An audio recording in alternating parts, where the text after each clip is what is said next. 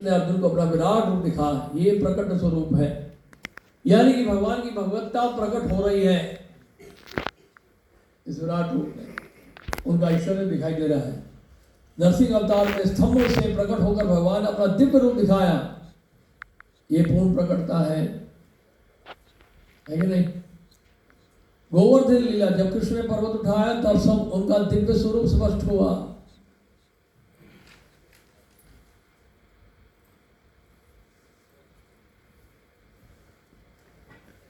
तत्र आवृतम, श्लोक संख्या 20, अन्य वेशादिना छन्नम स्वरूपम प्रोक्तम आवृतम। आवृत छिपे हुए स्वरूप का वर्णन इस प्रकार किया गया है।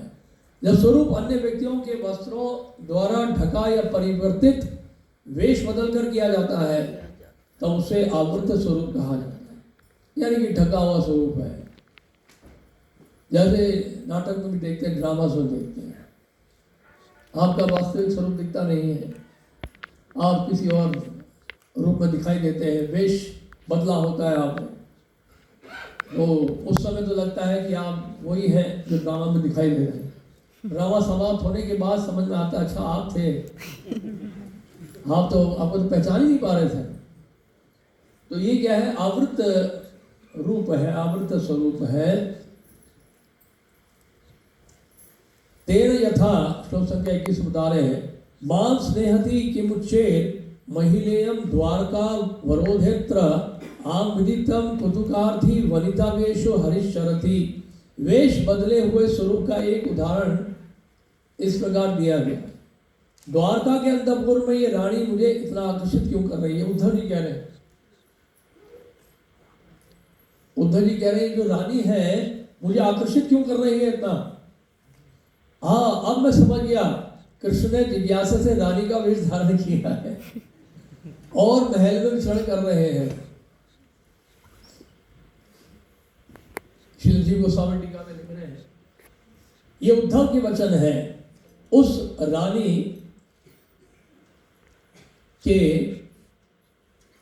प्रति जो आकर्षण उत्पन्न हो रहा है वो वास्तव में भगवान के प्रति होने वाले आकर्षण के समान ही है। ये घटना भगवान की योगमाया शक्ति के प्रभाव को दर्शाती है, जैसा कि श्रीमद् भागवत में वर्णित है।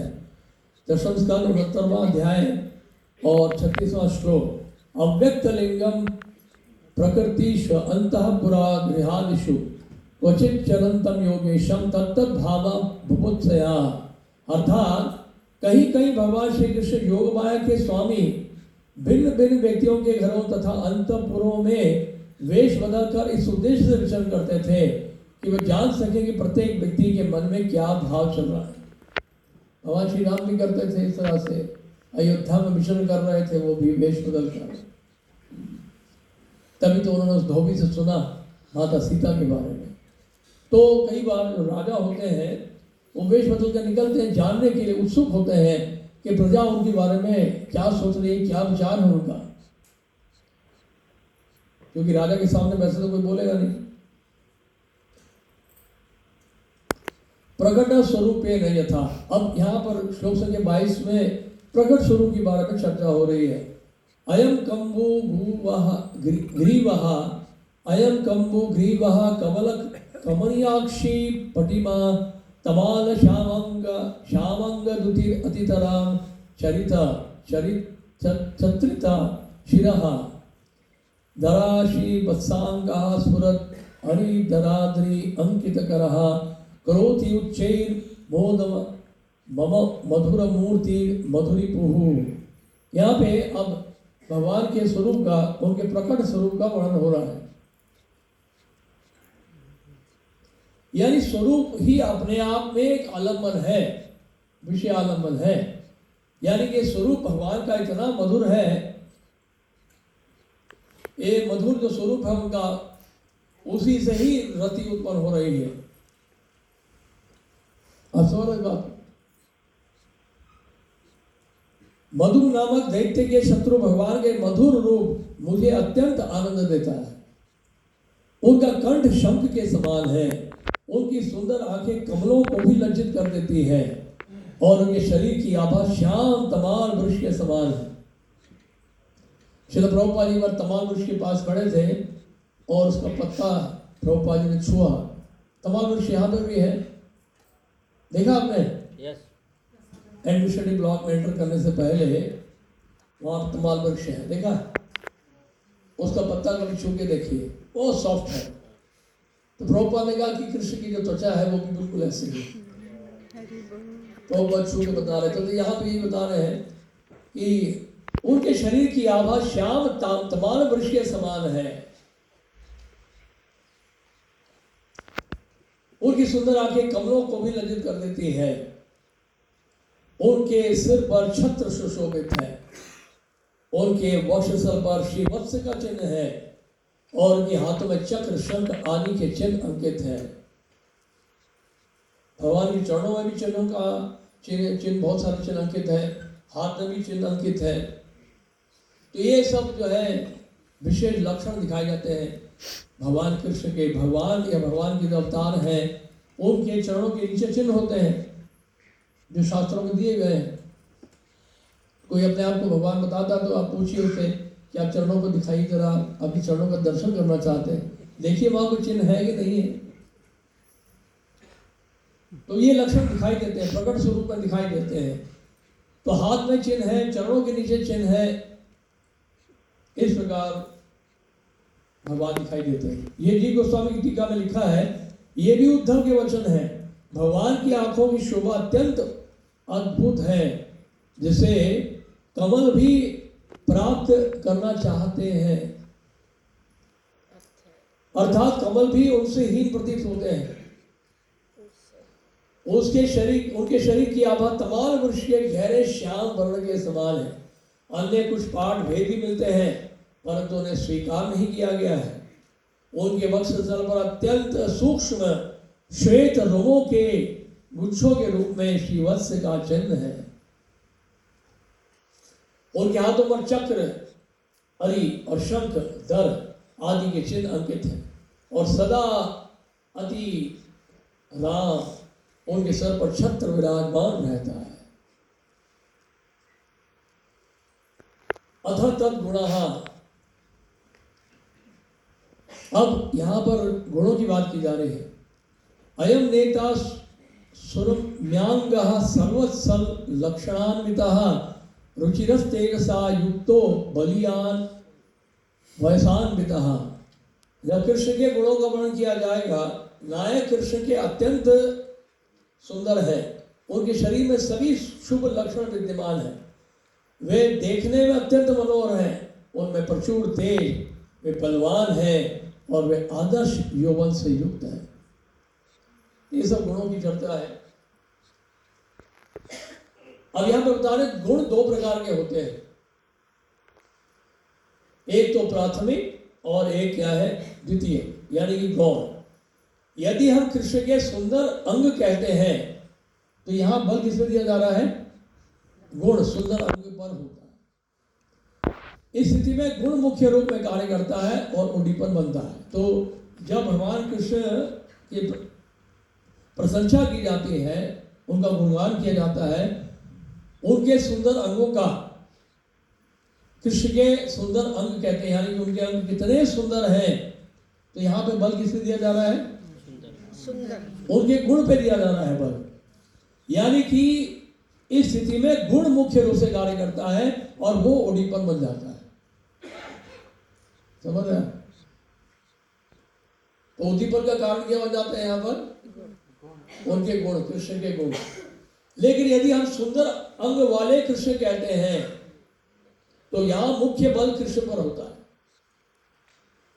सुंदर अंग वाले कृष्ण, यानी कि आप कृष्ण की प्रशंसा हो रही है, प्रत्यक्ष कृष्ण की प्रशंसा हो रही है और गुण गौण हो जाता है, तो उनके स्वरूप में निहित है, जो उनके स्वरूप में निहित है, इस स्थिति में वही गुण आलंबन के रूप में कार्य करता है।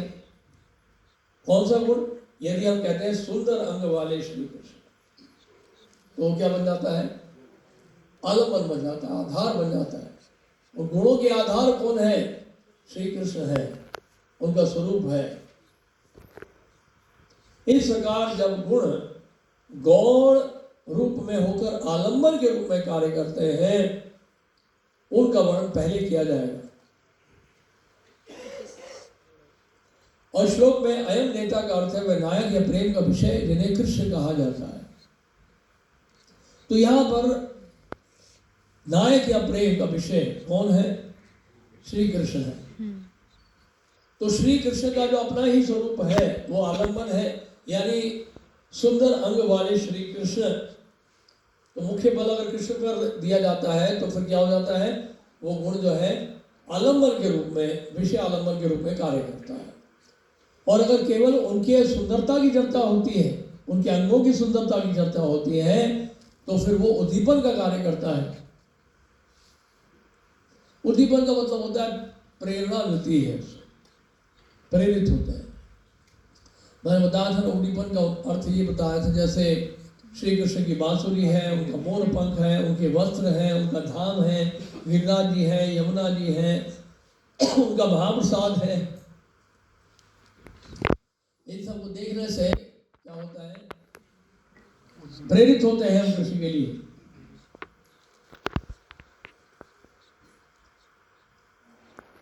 ये श्लोक संख्या 24 है।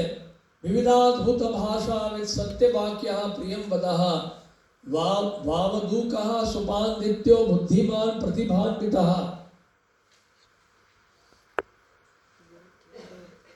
अब यहाँ पर श्री कृष्ण के गुणों की चर्चा हो रही। यहाँ पे विस्तार से नहीं बता रहे अभी संक्षिप्त यहाँ पर वर्णन किया गया है। बाद में इन गुणों की चर्चा विस्तार से भी करेंगे आगे श्री रूप से। तो क्या क्या गुण है भगवान कृष्ण के? 64 दिव्य गुणों की चर्चा हुई है। तो बोले केवल 64 ही है? 64 याद कर ले वही बहुत।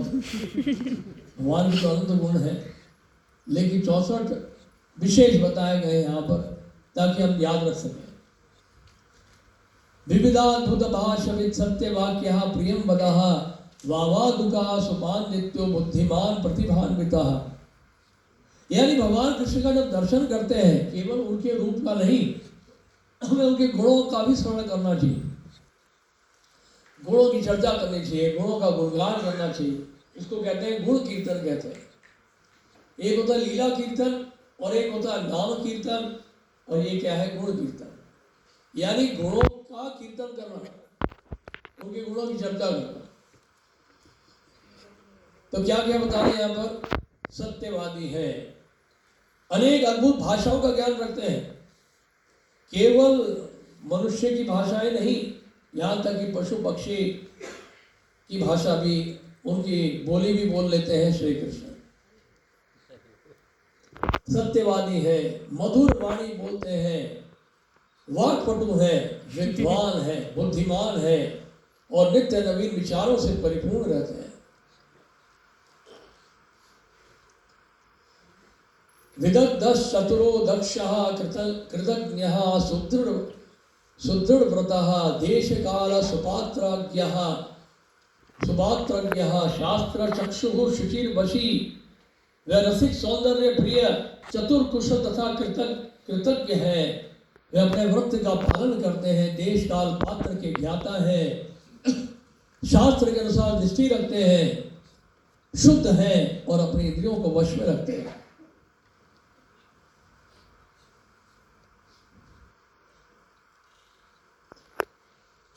शिरोदान्तः क्षमा शिलो गंभीरो धृतिमान् समः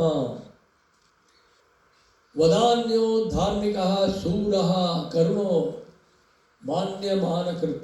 वे दृढ़ संकल्प वाले, धैर्यवान, सहनशील, अगम्य, जिन्हें समझ पाना कठिन है, सिर चित संभाव रखने वाले, उदार, सदुणी, वीर, करुणामय तथा आदरणीय व्यक्तियों के प्रति सम्मान रखने वाले हैं।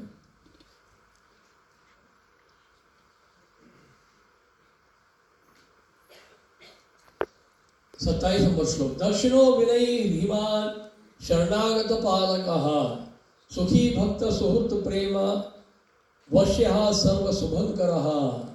वे आज्ञाकारी, विनम्र, लज्जाशील, शरण लेने वालों के रक्षक, सदैव प्रसन्न, भक्तों के मित्र, प्रेम से वश में होने वाले तथा सबके हित करने वाले हैं। प्रतापी कीर्तिमान रक्त लोकः साधु समाश्रयः नारी गण मनोहारी सर्वाराध्या समृद्धि। अत्यंत तेजस्वी प्रसिद्ध सबके आकर्षण के केंद्र, भक्तों के आश्रय, स्त्रियों को आकर्षित करने वाले, सभी के द्वारा पूजनीय तथा महान ऐश्वर्य से संपन्न है। श्लोक संख्या 29। वरीयान ईश्वरस्येति गुणास्तस्यानुकीर्तितः समुद्रा इव पंचाशत दुर्विगाह हरेरमी। सर्वाधिक महत्वपूर्ण और सबके नियंत्रक है कृष्ण के 50 गुण जो यहाँ वर्णित किए गए हैं, समुद्र के समान अगाध है और उन्हें पूर्ण से समझ पाना अत्यंत कठिन है। तो ये जो 50 दिव्य गुण अभी तक जो बताए गए हैं, कैसे हैं ये बता रहे हैं यहाँ पर, ये समुद्र के समान अगाध है।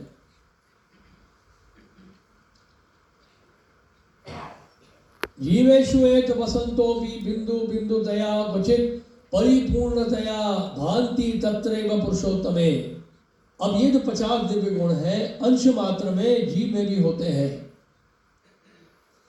ये गुण जीवों में कभी कभी और बहुत ही अल्प मात्रा में पाए जाते हैं, किंतु परमेश्वर में ये सभी गुण पूर्ण से विद्यमान रहते हैं।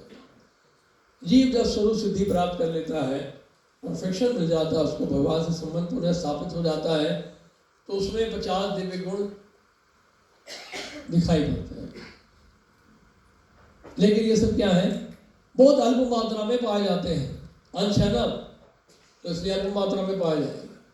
तो देखा जाए तो हम सब क्या है, सैंपल कृष्ण है, कृष्ण नहीं है, सैंपल है।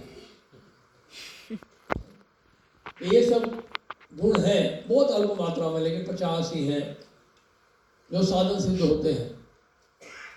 क्वचित का अर्थ है जो जीव भगवान की कृपा प्राप्त करते हैं। श्री जी गोस्वामी लिख रहे हैं टीका में, जो जीव भगवान की कृपा प्राप्त करते हैं वे गुणों में से अधिकांश को प्रकट करते हैं।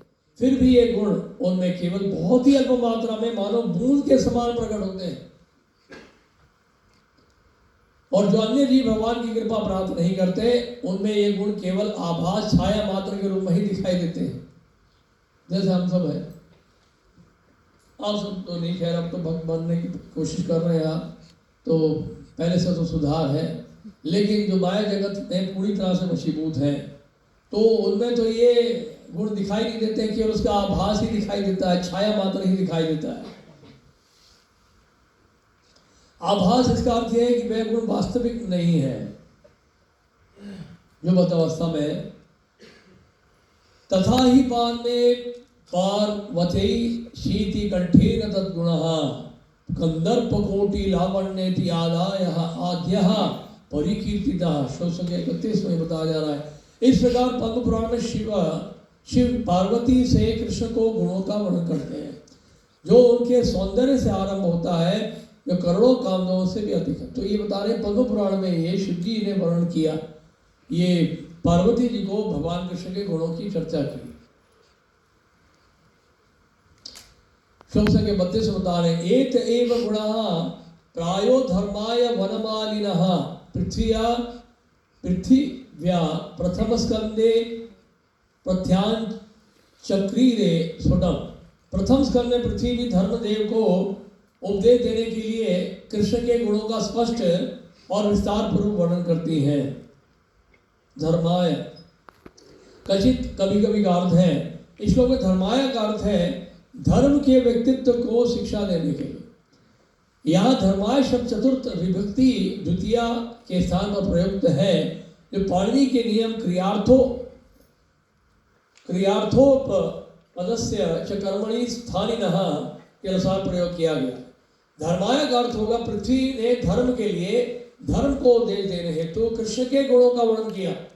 पृथ्वी ने धर्मदेव को शिक्षित करने के उद्देश्य से कृष्ण के गुणों का वर्णन किया। मतलब दोनों में से कोई आप समझ सकते हैं इस तरह से। क्वचित का अर्थ है कभी कभी। इस श्लोक में कहा गया है कि कभी कभी पृथ्वी देवी धर्म देव को शिक्षा देने के लिए भगवान श्री कृष्ण के गुणों का वर्णन करती है। इसे एक सरल उदाहरण से समझे, जैसे कभी कभी कोई शिक्षक किसी विद्यार्थी को समझाने के लिए किसी महान व्यक्ति के गुणों का वर्णन करता है ताकि वह उनसे प्रेरणा दे सके। इसी तरह से पृथ्वी जो है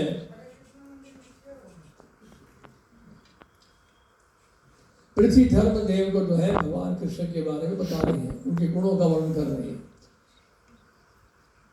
बहुत सरल सार कभी कभी पृथ्वी देवी धर्मदेव को शिक्षा देने के लिए भगवान कृष्ण के गुणों का वर्णन करती है। 30 यथा प्रथमे सत्यम शौच्यम दया शांति त्याग संतोष आर्जवम समो नमस्तपः साम्यं तितिक्षो उपरितः शुतम ज्ञानम विरक्तिरैश्वर्यम शौर्यम तेजो बलम स्मृतिः स्वातंत्र्यम कौशलम कांति धैर्यम मार्दम एव च प्रागल्भ्यम प्रशरयः शीलं सह ओजो बलम भगः गांधीर्यम शैर्यम आस्तिक्यम कीर्तिर्मनो मनोनहंकृतः कृतिः इमे चान्य च भगवान नित्या यत्र महागुणः प्रार्थया मत महत्त्वम इच्छद्भि न वियन्ति स्म करहिचे। तो ये यहाँ पे उधर मेरे श्रीमद् भागवतम से बैकग्राउंड म्यूजिक की आवश्यकता नहीं है।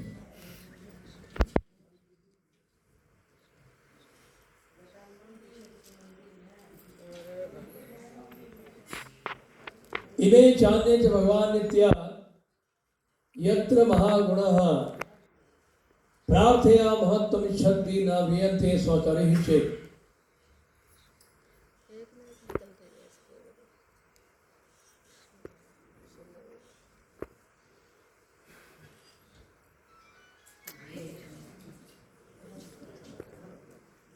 उनमें से ये गुण विद्यमान है: सत्यता, शुद्धता, दूसरों के दुख को सहन न कर पाना, क्रोध को नियंत्रित करने की शक्ति, आत्मसंतोष, सरलता, मन की स्थिरता, इंद्रियों पर नियंत्रण, उत्तरदायित्व, समता, सहनशीलता, संभाव, निष्ठा, ज्ञान, इंद्रिय भोग से विरक्ति, नेतृत्व, वीरता, प्रभाव, सब कुछ संभव करने की शक्ति, उचित कर्तव्य का पालन, पूर्ण स्वतंत्रता, कुशलता, संपूर्ण सौंदर्य से युक्तता, शांति, दयालुता, चतुरता, कोमलता, उदारता, दृढ़ निश्चय, समस्त ज्ञान में पूर्णता, कार्यों का उचित निष्पादन, सभी भोग्य वस्तुओं का स्वामित्व, आनंदमयता, अचलता, विश्वसनीयता, यश, पूजा के साथ पूजा के योग्य होना, अहंकार, रहितता, परम पुरुषोत्तम स्वरूप भगवान होना, नित्यत्व और ऐसे अनेक दिव्य गुणों जो सदा उनमें विद्यमान रहते हैं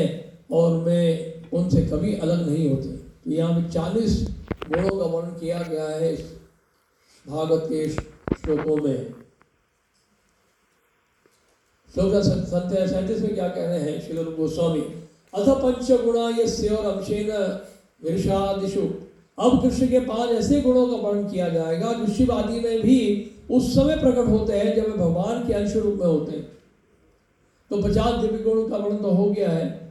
अब यहाँ बता रहे हैं और 5 अतिरिक्त दिव्य गुण बता रहे हैं श्रील रूप गोस्वामी, जो शिव आदि में उसी समय में भी उस समय प्रकट होते हैं जब भगवान के अंश विस्तार रूप में होते हैं। सामान्य रूप से तो शिव जी भगवान के विस्तार ही होते हैं, लेकिन कभी कभी ऐसा होता है किसी एक सृष्टि में, रचना में, कि जीव भी शिव जी का पद लेता है। लेकिन शिव जी सामान्य रूप से पद नहीं है, भगवान के विस्तार होते हैं। लेकिन कभी कभी ऐसा होता है कि शिव जी भी कोई जीव होते हैं, तो फिर उस केस में नहीं होता। लेकिन यहाँ पे बता रहे हैं जो शिव आदि में भी उस समय प्रकट होते हैं जब वे भगवान के अंश के रूप में होते हैं, यानी भगवान के विस्तार के रूप में होते हैं। समझ गया बात? तो जी गोस्वामी टीका में लिख रहे हैं अंशेर का अर्थ है अपने ही अंश विस्तार के रूप में जहाँ उपयुक्त हो। आदिशु शब्द ये संकेत करता है कुछ ब्रह्माओं के जीवन काल में भगवान स्वयं ही ब्रह्मा आदि के पद को ग्रहण करते हैं। अब ऐसा भी होता है कई बार, सामान्य रूप से तो ब्रह्मा जी जीव ही होते हैं, जीव तत्व होते हैं। जैसे सृष्टि के जो ब्रह्मा जी हैं, हमारी सृष्टि के जो ब्रह्मा जी हैं वो जीव हैं। लेकिन कभी कभी ऐसा होता है कि ऐसे जीव कोई मिलते नहीं है इस पद को स्वीकार करने के लिए, इस पद के लिए कोई योग्य नहीं होता है। क्योंकि ब्रह्मा जी का पद प्राप्त करने के लिए श्रीमद् भागवत में लिखा है कि अगर ब्रह्मा जी का पद किसी को प्राप्त करना है, जो कि सृष्टि में सबसे ऊंचा पद है, चीफ क्रिएटर है सृष्टि के, उनका अगर पद चाहिए आपको, ब्रह्मा जी अगर बनना है तो 100 जन्मों तक वर्णाश्रम धर्म का पालन करना पड़ेगा। 100 जन्मों तक अच्छे से, बिना किसी त्रुटि के। अगर किसी ने 100 जन्मों तक वर्णाश्रम धर्म के नियमों का पालन किया है, उसको ब्रह्मा जी का पद मिलता है। तो कई बार ऐसे जीव मिलते ही नहीं कोई, तो उसमें ऐसे में क्या होता है कि भगवान ही जो ब्रह्मा जी का कार्य करते हैं। तो यहाँ पे लिखा है विश्वनाथ ठाकुर की टीका में, गिरीश का अर्थ है सदाशिव। सदाशिव और रुद्र में थोड़ा सा अंतर है। अंतर इन सेंस की सदाशिव वैकुंठ में है, वो विष्णु तत्व है, ठीक है ना। उनकी अर्धांगिनी है रमा देवी। तो और ये सदाशिव जो है विरजानंदी के उस पार है। लेकिन जो रुद्र है, जो सदाशिव के विस्तार है, रुद्र 11 रुद्र हैं, उस विरजानंदी के इस पार है, यानी कि सृष्टि के भीतर आ जाते हैं, इस ब्रह्मांड के भीतर आ जाते हैं। जो रुद्र है शंकर जिनको कहा, क्षीरम दधी यथा विकार विशेष योगा। तो ऐसे में फिर क्या तुलना की गई है? श्री कृष्ण की तुलना दूध से की गई है, शिव जी की तुलना किससे की गई है? दही से। तो 11 रुद्रों का विस्तार होता है सृष्टि के भीतर, लेकिन वह वैकुंठ जगत में सदाशिव है। वो सदाशिव जो है विष्णु तत्व है, समझ गया? तो विश्वनाथ जी ठाकुर क्या कह रहे हैं? गिरीश का अर्थ सदाशिव यहां बता रहे हो। सदा स्वरूप, श्लोक संख्या 38, सदा स्वरूप संप्राप्त सर्वज्ञो नित्य नूतन सच्चिदानंद सांद्रांग सर्वसिद्धि निषेवितः। वे सदा अपने नित्य स्वरूप में स्थित रहते हैं, वे सर्वज्ञ हैं, वे सदा युवा रहते हैं, उनका शरीर सच्चिदानंद का सघन रूप है और वे सभी सिद्धियों के से संपन्न है, अलौकिक शक्तियों से संपन्न है। ये सदाशिव के बारे में बता रहे। श्री गोस्वामी की टीका में लिखा है, भगवान के संदर्भ में चंद्र का अर्थ है उनका शरीर ऐसा है जो केवल सत्य, चित्त, ज्ञान और आनंद से ही पूर्ण रूप से बना हुआ है, उसमें किसी अन्य पदार्थ का अंश नहीं है। भगवान का स्वरूप क्या है? सच्चिदानंद विग्रह स्वरूप। जीव का भी स्वरूप क्या है? सच्चिदानंद विग्रह स्वरूप, लेकिन अंश है जीव। तो सत्य, चित्त, आनंद, सत्य का मतलब शाश्वत, चित्त मतलब पूर्ण ज्ञान से युक्त है और पूर्ण आनंद से युक्त है। तो सच्चिदानंद विग्रह स्वरूप है भगवान का। शिव के संदर्भ में चंद्र का अर्थ है शिव, सदाशिव का शरीर भगवान के समान सच्चित आनंद स्वरूप के अत्यंत निकट हो गया है। यानी कि भगवान सदाशिव का भी जो स्वरूप है वो भी लगभग सच्चिदानंद ही है।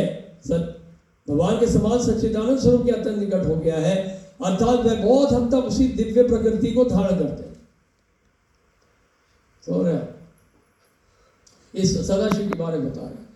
अब श्लोक संख्या 39 और 40 में क्या बोल रहे हैं श्री रूप गोस्वामी?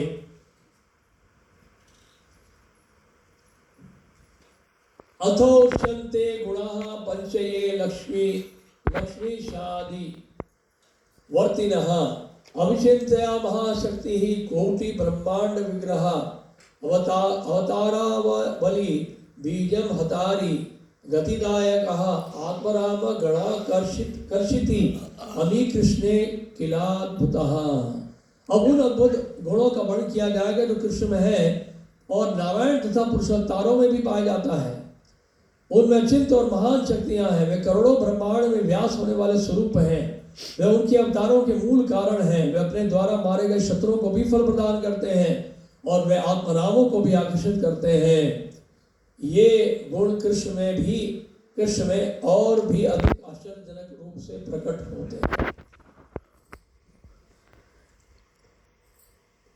श्री जी गोस्वामी टीका में लिख रहे हैं, लक्ष्मी शब्द से तात्पर्य नारायण से है जो वैकुंठ धाम के स्वामी हैं। आदि शब्द से पुरुषावतार आदि का भी संकेत होता है। ये समझना चाहिए कि अचिंत शक्ति वास्तव में नारायण में पूर्ण रूप से विद्यमान है, पुरुष अवतारों में नहीं, क्योंकि वह उन्हीं से उत्पन्न होते हैं।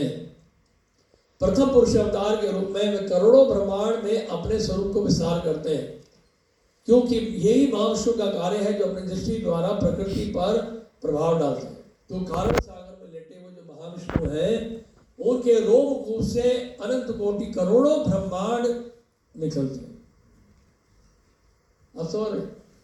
यशेक निश्वसिता काल मथावलंब्य जीवन्ति लोमा भिलजा जगदण्डनाथा विष्णुर्महासीयस्य कला विशेषो गोविंदमादि पुरुषम तम भजामि। ब्रह्मा जी कह रहे ब्रह्म संहिता, जब महाविष्णु श्वास लेते हैं, श्वास छोड़ते हैं, तो कई ब्रह्मांड निकलते हैं, करोड़ों ब्रह्मांड उनके शरीर से, उनके रोमकूप से निकलते हैं।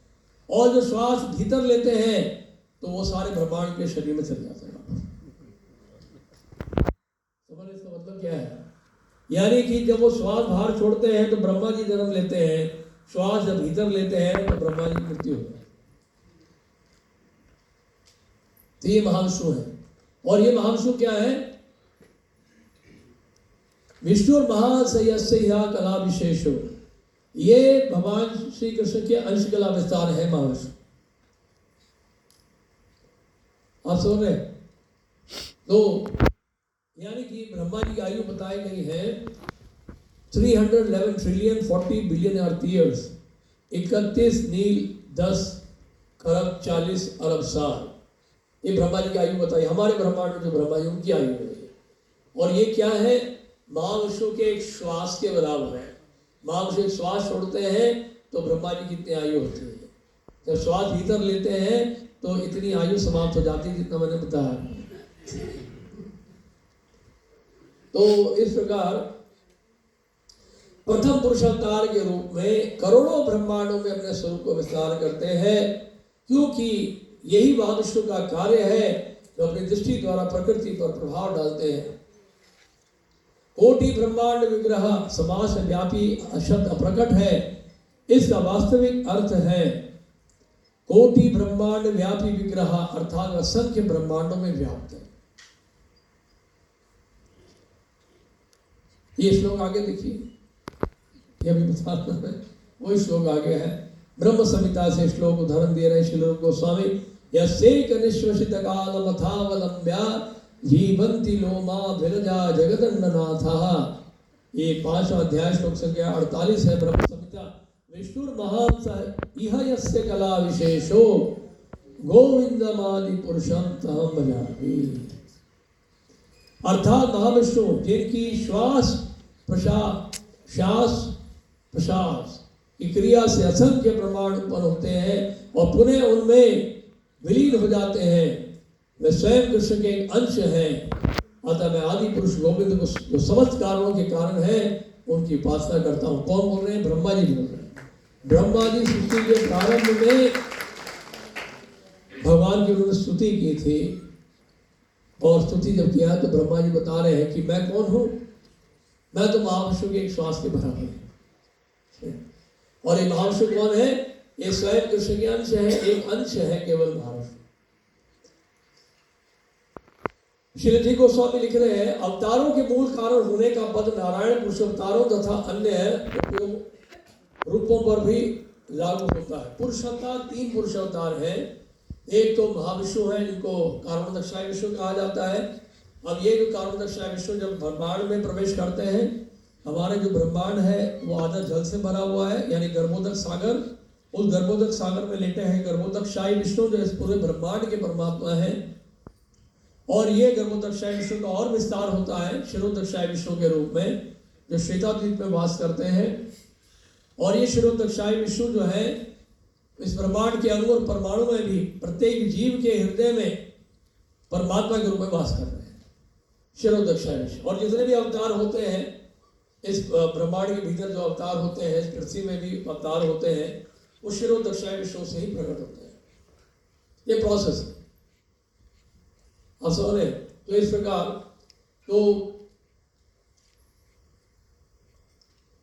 भगवान अपने द्वारा मारे गए शत्रुओं को भी स्वर्ग आदि लोकों की गति प्रदान करते हैं। सामान्यतः भगवान के विरोधी व्यक्तियों को ऐसी गति अन्य किसी उपाय से प्राप्त नहीं होती, प्राय भगवान उन्हें दंडित ही करते हैं। जैसे कि भगवत गीता में कहा गया है, तान हम दुष्टः क्रूरान संसारेषु नराधमान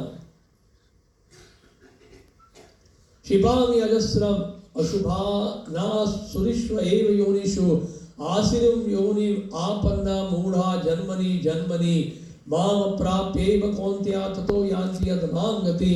जो द्वेष करने वाले क्रूर और अधम मनुष्य हैं उन्हें मैं बार बार असुर योनि में डालता हूँ, वह जन्म जन्मांतर तक मुझे प्राप्त नहीं करते और अंततः अधम गति को प्राप्त करते। तो असुर योनि में डालते हैं भगवान को बार बार। तो ऐसे जो असुर हैं, ऐसे जो राक्षस हैं जो बार बार असुर योनि में डाले गए हैं जन्म जन्मांतर तक, उनका उद्धार ही नहीं हो पाता है, तो ऐसे असुरों का, राक्षसों का वध फिर स्वयं भगवान है।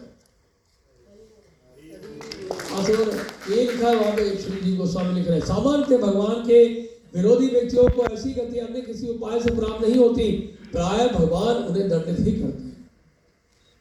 तो भगवान को इनको दंड देना पड़ता तभी उनका उद्धार होगा, नहीं तो नहीं होगा। जैसे कंस है, कंस जो है वो कालनेमी का राक्षस था पिछले जन्म में, और कंस कोई ऐसा नहीं कि आध्यात्मिक जगत से आया था, वो वास्तव में राक्षस था और उसने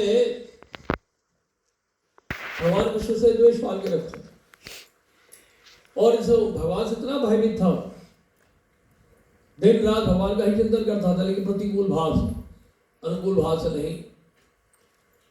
तो कृष्ण भावना भावित था लेकिन प्रतिकूल भाव से, और लेकिन था बहुत बड़ा राक्षस। और फिर हुआ क्या, अंततः भगवान को ही से मारना था, और भगवान ने कंस को मारा तो उसको भगवत धाम की प्राप्ति हो गई, क्योंकि भगवान जो भी करते हैं वो अच्छा ही करते हैं। अगर वो मारते हैं तभी भलाई होता है। सूर्य की जब किरणें पड़ती हैं मलमूत्र में तो उसको भी शुद्ध करता है। भगवान किसी के साथ बुरा कर ही नहीं सकते हैं, यहां तक राक्षसों को भी अगर मारते हैं उसको भी मुक्त कर देते हैं मार के। असुर ने, पूतना ने कोई बहुत बड़ी साधना नहीं की, पूतना तो राक्षस ही थी और वो तो कृष्ण को मारने ही आए थे, लेकिन भगवान कृष्ण ने क्या किया, उनको गोलोक वृंदावन में धात्री का माता का स्थान दे दिया। अब कोई आपको मारने आए तो आप थोड़ा माता का स्थान दोगे, दोगे आप? नहीं। लेकिन भगवान कृष्ण ऐसा करते हैं।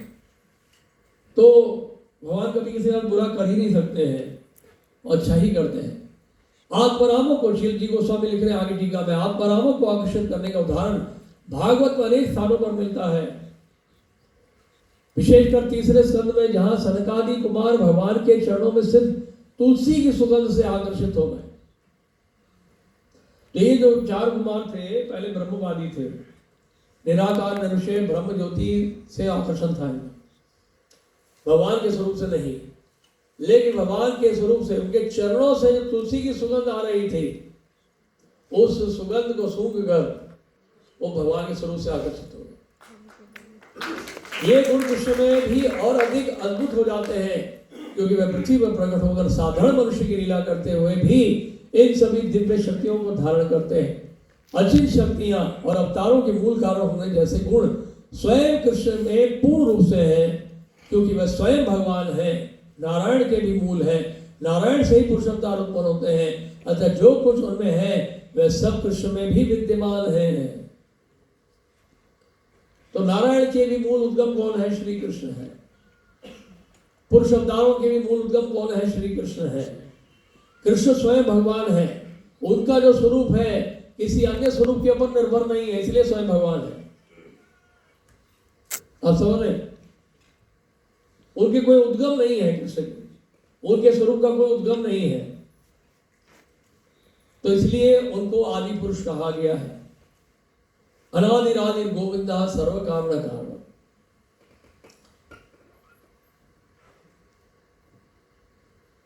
यद्यपि पुरुषावतार अपने विस्तार से समस्त ब्रह्मांड में व्याप्त होते हैं, क्योंकि कृष्ण वैकुंठ में नारायण रूपों के द्वारा विस्तार करते हैं। कृष्ण की विशेषता यह है कि वे अपने द्वारा मारे गए शत्रुओं को भी मुक्ति और यहां तक कि भक्ति प्रदान करते हैं।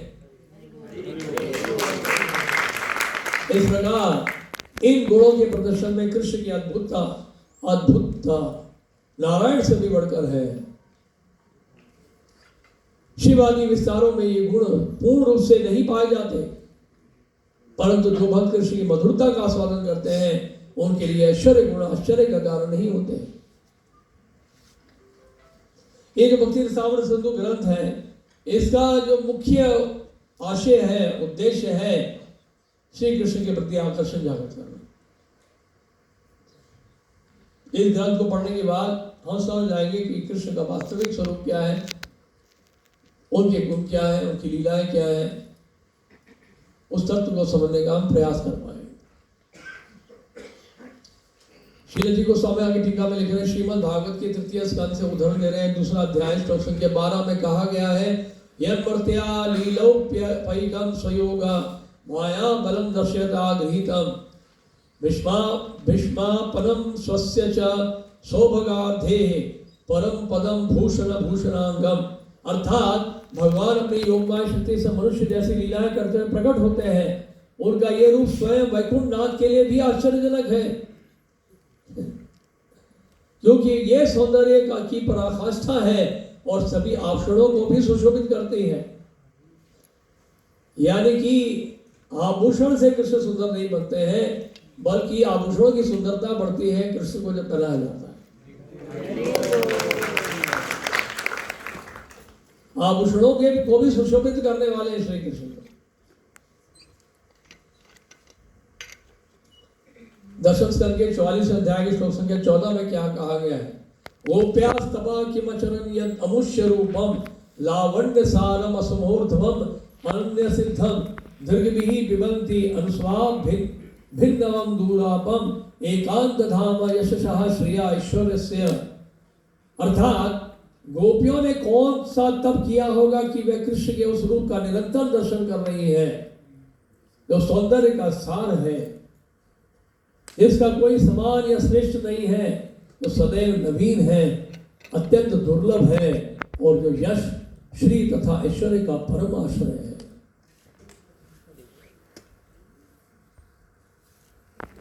शेषनाथ जी ठाकुर टीका में लिख रहे हैं, यद्यपि ये गुण नारायण में भी विद्यमान है, फिर भी वह कृष्ण में और भी अधिक अद्भुत हो जाते हैं। कृष्णो खिलाद्भुतः, कृष्ण नारायण के समान ही अत्यंत और महान शक्तियों से संपन्न है, परंतु उनकी शक्तियां और भी आश्चर्यजनक है। ब्रह्म मोहन लीला इसका एक उदाहरण है, जिसमें कृष्ण ने अनेक रूपों में समस्त आध्यात्मिक और भौतिक लोगों को प्रकट कर दिया। यद्यपि वह समस्त ब्रह्मांडों में व्याप्त है, फिर भी वह आध्यात्मिक जगत में भी पूर्ण से विद्यमान रहते हैं।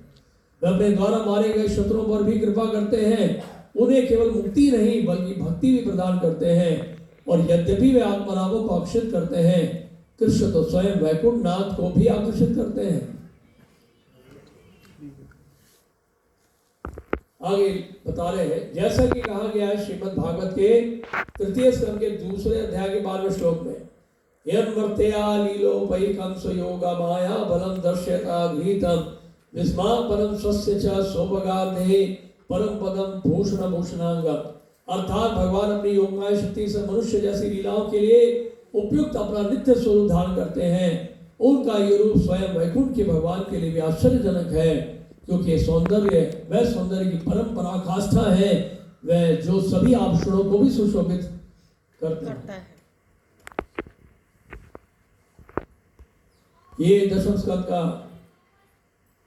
89 अध्याय 89 चैप्टर टेक्स्ट 58, दुजात्मजा में युवयोर दिदुक्षणा वयोपनीता भुवि धर्मगुप्तये कलावतीर्णाव अवनेर भरासुरान हतेव भूयस त्वरेतमंति में। महाविष्णु ने कहा, मैंने ब्राह्मणों के पुत्रों को यहाँ इसलिए लाया क्योंकि मैं तुम दोनों कृष्ण और बलराम का दर्शन करना चाहता था। तो ब्राह्मणों के पुत्रों को उठा लिया। इसलिए महाविष्णु ने उठाया ताकि कृष्ण बलराम जो है उनको ढूंढने के लिए उनके पास आए और महाविष्णु का दर्शन कर सके। का दर्शन करना चाहता था, जो अपनी शक्तियां सहित अवतरित हुए हो, पृथ्वी के भार रूप असुरों का संहार करके शीघ्र ही मेरे पास आओ। सर्वाद्भुत श्लोक संख्या 41 से लेकर 43 तक। सर्वाद्भुत चमत्कार लीला कल्लोल वार्धिः अतुल्य मधुर प्रेम मंडिता प्रिय मंडलः त्रिजग्रन मानसा कर्षि मुरली कला कूजितः असम्मूर्ध्वा रूप शिव स्मापित चराचरः लीला प्रेमना प्रियाधिकयं माधुर्यं वेणुरूपयोः इति असाधारणं प्रोक्तम गोविंदस्य चतुष्टयम्। गोविंद के पास ही विशेष रूप से विद्यमान 4 अद्भुत गुण इस प्रकार हैं। वे आश्चर्यजनक लीलाओं की तरंगों से परिपूर्ण एक महासागर है। वे अतुल्य मधुर प्रेम से अलंकृत प्रेमी भक्तों से घिरे रहते हैं। तो लीला माधुर्य है, उनका प्रेम माधुर्य है और उनका वेणु माधुर्य है। वे अपने बांसुरी पर ऐसी मधुर ध्वनि उत्पन्न करते हैं जो तीनों लोकों के सभी प्राणियों के मन को आकर्षित कर लेती है।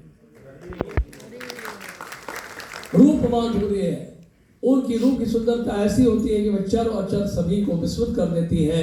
इसका कोई समान या उनसे बढ़कर नहीं है। अतः उनके एक ये असाधारण गुण है, उनकी विशेष लीलाएं, प्रचुर प्रेम से युक्त उनके भक्त, उनकी बांसुरी की मधुरता, उनके रूप की मधुरता, ये जो 4 अतिरिक्त जो गुण है केवल श्री कृष्ण में पाए जाते हैं और किसी में नहीं। ये गुण जो है नारायण में नहीं पाए जाते हैं, ये गुण पुरुषोत्तरों में नहीं पाए जाते हैं, ये केवल श्री कृष्ण में ही पाए जाते हैं। जो 4 अतिरिक्त गुण बताए गए, अद्भुत गुण बताए गए, केवल श्री कृष्ण में ही विराजमान है। लीला माधुर्य, प्रेम माधुर्य, वेणु माधुर्य और रूप माधुर्य। जी गोस्वामी टीका में क्या लिखते हैं? इन विषयों का विस्तार से वर्णन आगे उदाहरणों के माध्यम से किया जाएगा। श्री कृष्ण का वर्णन करने वाले 4 वाक्य बहुव्रीहि समास है, जिनके अधिकार का भाव निहित है। अंत में आचार्य 4 गुणों का पुनः संक्षेप में उल्लेख करते हैं। पहला गुण है उनकी लीलाएं, दूसरा उनके साथ रहने वाले प्रेम से परिपूर्ण दिव्य भक्तों की प्रचुरता, प्रेमना प्रियाधिगयम, तीसरा उनकी बांसुरी की मधुरता, चौथा उनके रूप की मधुरता। तो जी गोस्वामी क्या लिख रहे हैं टीका में? इन गुणों को बताने के बाद आचार्य निडरता से घोषित करते हैं कि अत्यंत असाधारण है और ये निष्कर्ष पूर्व में बताए गए सिद्धांत पर आधारित है। क्या सिद्धांत है? सिद्धांत ततस्ति तु अभेदे भी श्रीशा कृष्ण स्वरूपयोः रसेनोत्कृष्यते कृष्ण रूपम एष रस स्थिति ही। यह है प्रथम लहरी का 2 अध्याय का श्लोक संख्या 59। अर्थात शास्त्रों के अनुसार विष्णु और कृष्ण के स्वरूप में कोई भेद नहीं है, दोनों एक ही व्यक्ति हैं। स्वरूप में कोई भेद नहीं है, तत्व में कोई भेद नहीं है, फिर भी रस के कारण श्री कृष्ण का रूप श्रेष्ठ माना जाता है। तो रस भेद है, तो कृष्ण का रस भेद देखा जाएगा तो रस के कारण जो है श्री कृष्ण का रूप श्रेष्ठ माना जाता है। क्योंकि जो रस श्री कृष्ण में पाए जाते हैं वो नारायण में भी नहीं है, क्योंकि उनके रस सर्वोच्च प्रकार के प्रेम से युक्त है। उनके रस की प्रकृति ही उनके रूप को श्रेष्ठ सिद्ध करती है। समझ गया? एवं ये है श्लोक संख्या 44। एवं गुणा चतुर्भेद चतुष्षष्टि उदाहरतः सोदाहरणम एतेषां लक्षणम क्रियते क्रमात्। 64 गुणों को 4 विभागों में विभाजित करके प्रत्येक का वर्णन उदाहरणों सहित किया जाएगा। अब आगे पूरा विस्तार से बताने वाले इन 64 गुणों के बारे में। ये 4 विभाग इस प्रकार हैं। पहले 50 गुण 50 क्वालिटी, फिर अगले 5 गुण, उसके बाद और 5 गुण और अंत में अंतिम 4 गुण। तो इस तरह से समझाया जाएगा। इन चारों वर्गों के गुणों के लिए प्रामाणिक उदाहरण दिए गए हैं। वे उदाहरण शास्त्रों से, शास्त्रों की टीकाओं से, शास्त्रों के पश्चात आने वाले महान भक्तों की वाणी से तथा उनसे सहमत कथनों के लिए गए हैं, कथनों के लिए गए हैं। ये उदाहरण 2 प्रकार के होते हैं। वे जो श्री कृष्ण को भगवान के रूप में प्रस्तुत करके आश्चर्य उत्पन्न करते हैं, वह जो कृष्ण की मानुषी लीलाओं को प्रस्तुत करके आश्चर्य उत्पन्न करते हैं। यद्यपि श्री कृष्ण स्वयं भगवान है, फिर भी उनकी मानव सदृश लीलाएं भी अत्यंत आश्चर्यजनक होती हैं। इसी कारण से कहा गया है, दशम स्कंद उदाहरण दे रहे अध्याय 50 श्लोक संख्या 29, स्थिति उद्भावंतम भुवनत्रयस्य यः समीकरणन्त गुणः स्वलीलया न तस्य चित्रं पुरपक्ष निग्रह तथापि मर्त्यानुविधस्य वर्णयते। अर्थात जो अपनी लीलाओं से तीनों लोगों की सृष्टि, पालन और संहार का संचालन करते हैं तथा जिनमें अनंत दिव्य गुण हैं, उनके लिए विरोधियों का दमन करना कोई आश्चर्य की बात नहीं। फिर भी जब भगवान मनुष्य के समान आचरण करते हुए ऐसा करते हैं, तब मुनि उनके कार्यों का गुणगान करते हैं। यद्यपि श्री कृष्ण स्वयं भगवान हैं, फिर भी उनकी मानस सदृश लीलाएं भी अत्यंत आश्चर्यजनक होती हैं। इसी कारण से कहा गया है। तो वही विराम दे रहा हूँ, आगे फिर चर्चा करेंगे। आप बोलना चाहेंगे? नहीं, उसके बारे में